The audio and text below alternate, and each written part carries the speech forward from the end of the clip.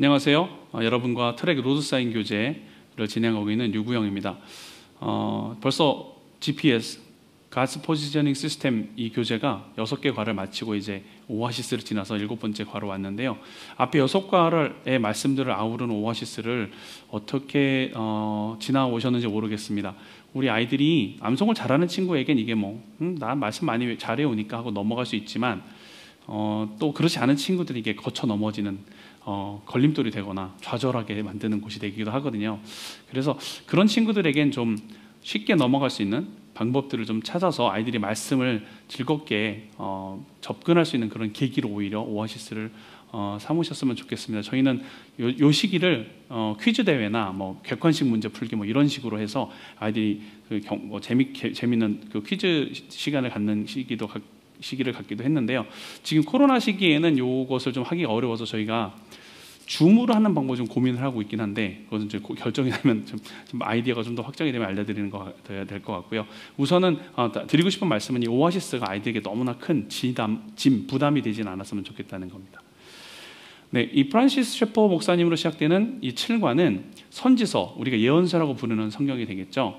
우리가 프란시스 셰퍼 목사님은 세상 사람들이 품은 가장 중요한 이 문제들, 이것의 답이 성경에 있다는 것을 강력하게 설파하신 목사님이시기도 합니다. 그렇기 때문에 우리들은 많은 사람들이 프란시스 셰퍼 목사님의 이런 인사이트를 존중하고 따라서 이분을 현대의 선지자라고 부르기도 하죠. 사실은 이 현대의 선지자라고 부르는 이 부분 때문에 오늘의 우리 주제인 선지서에 서로 비견되어서 도입부로 이분을 모셔온 것이기도 합니다.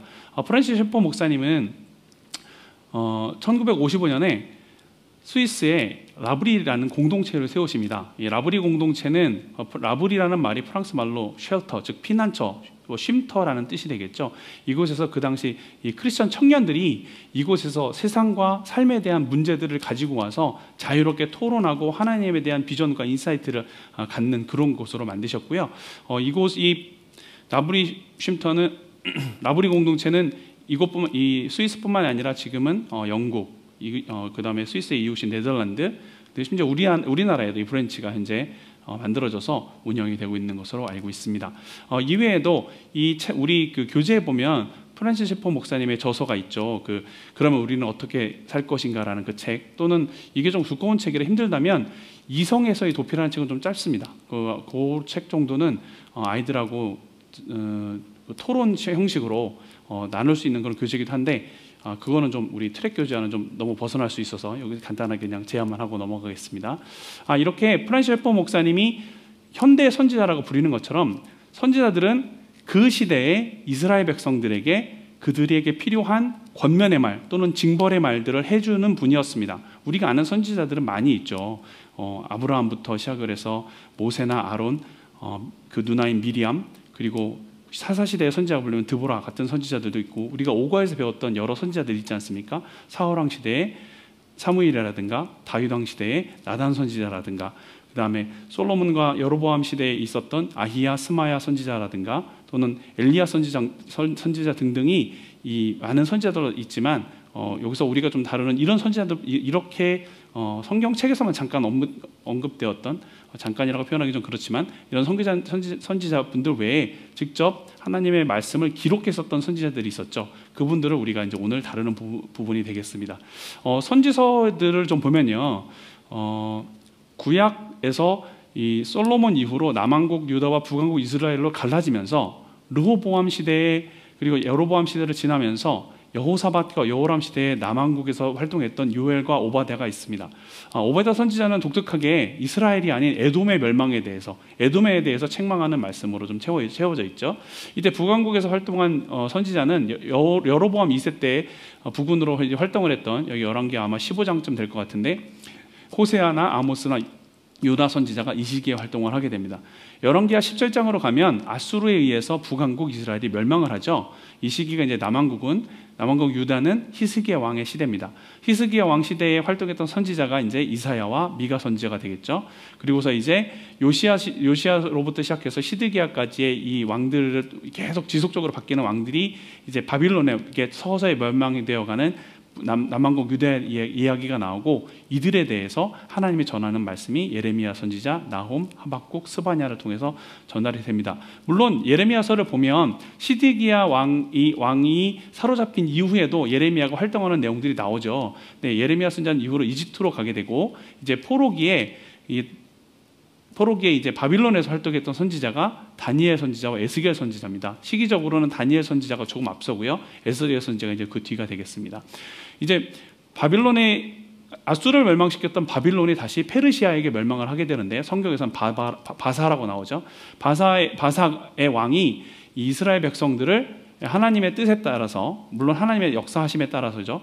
이제 이스라엘 백성들을 예루살렘으로 돌려보내게 됩니다. 이 시대가 에스라, 느헤미야, 에스더 시대인데 이때 이스라엘 백성들이 성전 재건의 임무를 띠고 돌아와서 예루살렘에 도착해서 맨 처음에는 그 무너진 성전에서 성전 제단만은 쌓고 예배를 드리고 기공식 같은 예배를 드립니다.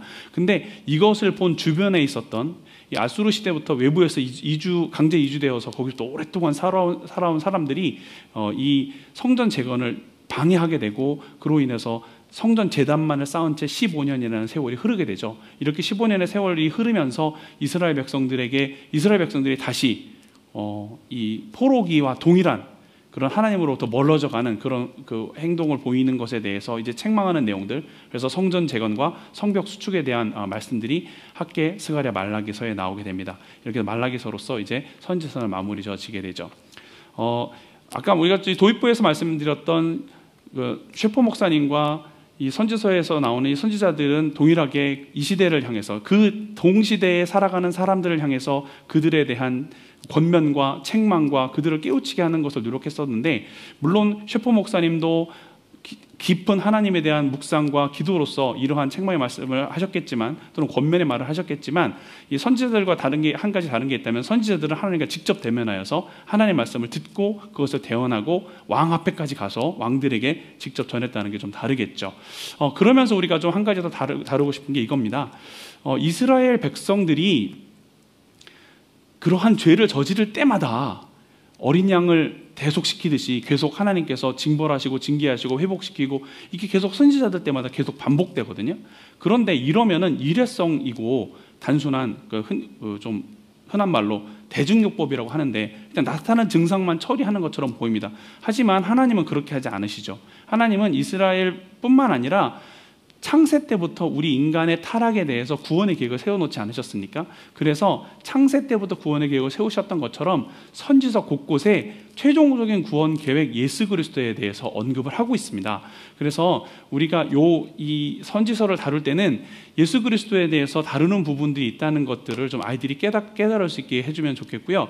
그래서 이 선지서를 읽어야 되는 이유를 아이들이 좀 깨달을 필요가 있습니다. 선지서를 읽어야 되는 이유는 이사야서 53장 10절에서 12절 말씀을 가지고 하면 좋은데요. 이 말씀이 누구에 대한 이야기인지, 그리고 이와 같이 구약 성경의 많은 예언들이 예수 그리스도 통해서 성취되었다는 것이 아이들에게 이제 알려줘야 되고, 그리고 이렇게 성취된 것이 왜 중요한지를 나눠줄 필요가 있는데, 이걸 너무 깊이 나누시면 또 안 돼요. 이유가 뭐냐면, 우리가 다음 과에서 다룰 부분이 있는데, 이 다음 과가 복음서거든요. 사실 이 복음서에서 구약에서의 많은 예언들이 성취되었고 이루어져서 완성되었다는 걸 다룰 겁니다.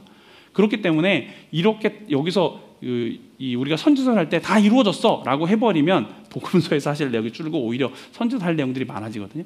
그래서 여기서는 이렇게 좀 전에 제가 말씀드린 걸 다시 말씀드리면, 이스라엘 백성들의 지속적인 범죄와 회복의 궁극적인 방법, 구원 방법이 제시되었다. 단순한 어린 양을 계속 제단을 올려서 죽이는 게 아니라 단번에 구원할 계획이 준비되었고, 그게 각 선지서를 통해서 예언이 되었었고, 그것이 이제 복음서에서 성취될 것이다 정도만 아이들과 나눠주시면 되고, 이 선지서의 목적이 이스라엘 백성들이 깨우치게 하는 것이다, 이스라엘 백성들이 그들의 잘못을 깨닫게 하는 것이라는 것을 알게 해주시면 될 것 같습니다. 파워증강에서도 보면, 그래서 이스라엘 백성들이 그들의 현실을 직시하게 하는 말씀이 나와요. 그래서 여기 있는 이 성경 말씀을 찾아서 이 빈칸을 채워서 읽도록 하고 있죠. 그래서 여기 빨간색으로 된 부분들은 성경을 그대로 찾아서 쓰면 되고요. 중간에 이제 여러분 자신의 말로 표현하면 부분은 학생들이 자기 생각에는 이렇게 말한 것 같아. 이런 자기들의 말, 우리 아이들 쓰는 흔한 말을 쓰게 하면 될 것 같습니다. 그래서 대제사장 여호수아는 여호와의 천사 앞에 서 있다. 사탄도 그 오른쪽에 서서 그를 대적하고 있다. 그러나 하나님의 여호수아를 보호하시고 사탄을 책망하셨다. 여기 이제 우리 아이들은 그 책망을 어떻게 했는지 한번 쓰게 하시고요. 그 다음에 여호수아는 더러운 옷을 입고 있었다. 여호와께서 명하여 여호수아에게 아름다운 옷을 주라고 명하셨다. 천사가 그의 머리에 정결한 관을 씌우며 옷을 입혔다. 이렇게 말을 나누면서 이스라엘 백성들이 그 시대에 접했던 그 말씀에 대해서 그들이 현재 접한 상황에서도 선지자들이 바로 하나님의 말씀을 전했다는 것을 아이들에게 나누고 마무리가 지어지면 될 것 같습니다. 오늘은 여기서 마치도록 하겠습니다. 감사합니다.